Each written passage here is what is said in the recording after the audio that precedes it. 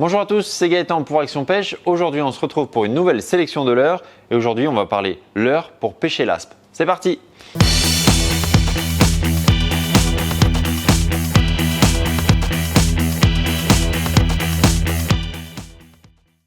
Alors, les aspes, ça peut être des poissons assez lunatiques, assez compliqués à pêcher. On peut y passer la journée sans en faire un.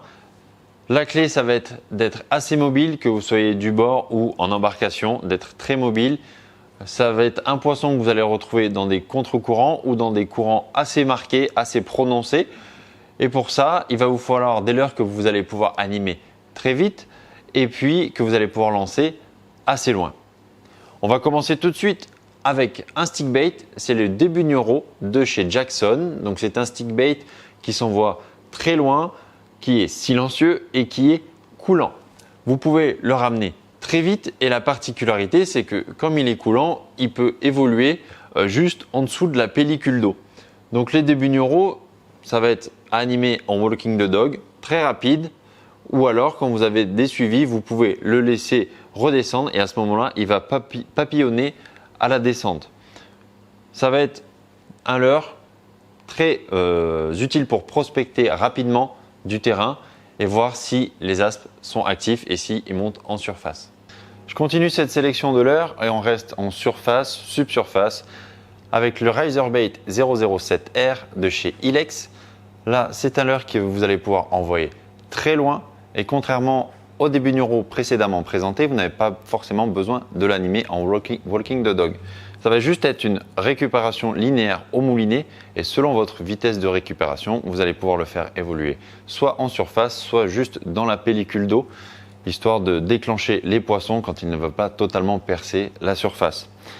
Le Razorbait, à l'arrêt, il va vraiment osciller sur lui-même à la descente, ce qui peut éventuellement déclencher les poissons. Il va vous permettre également de prospecter toute la couche d'eau parce que c'est un leurre coulant.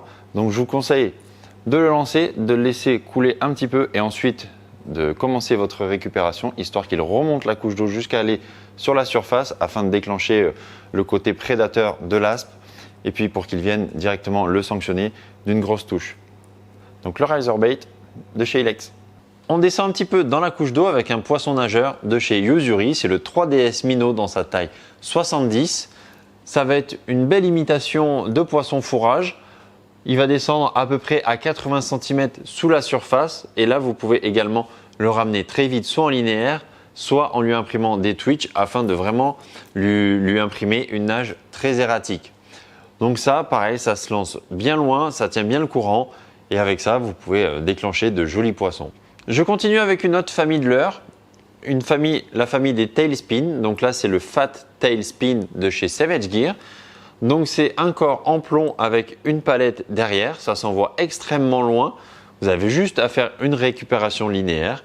L'avantage, c'est que ça va imiter un petit poisson fourrage tout en émettant énormément de flash lumineux avec cette palette ici qui va se mettre en action dès la descente. Donc contrôlez bien votre descente. Avec ce type de leurre, vous pouvez pêcher dans toute la couche d'eau. Ça vous permet de trouver là où les poissons sont actifs. Et les aspes aiment bien ça. Ça envoie pas mal de flashs lumineux. Vous pouvez le récupérer très très vite. Et parfois, les touches peuvent être très violentes. Donc voilà, le Fat Tailspin de chez Savage Gear. Récupération linéaire ou avec des petits twitches pour vraiment lui donner une nage un petit peu plus erratique. Et n'hésitez pas à faire des petites pauses afin de le faire redescendre et la palette va se mettre en action même à la descente.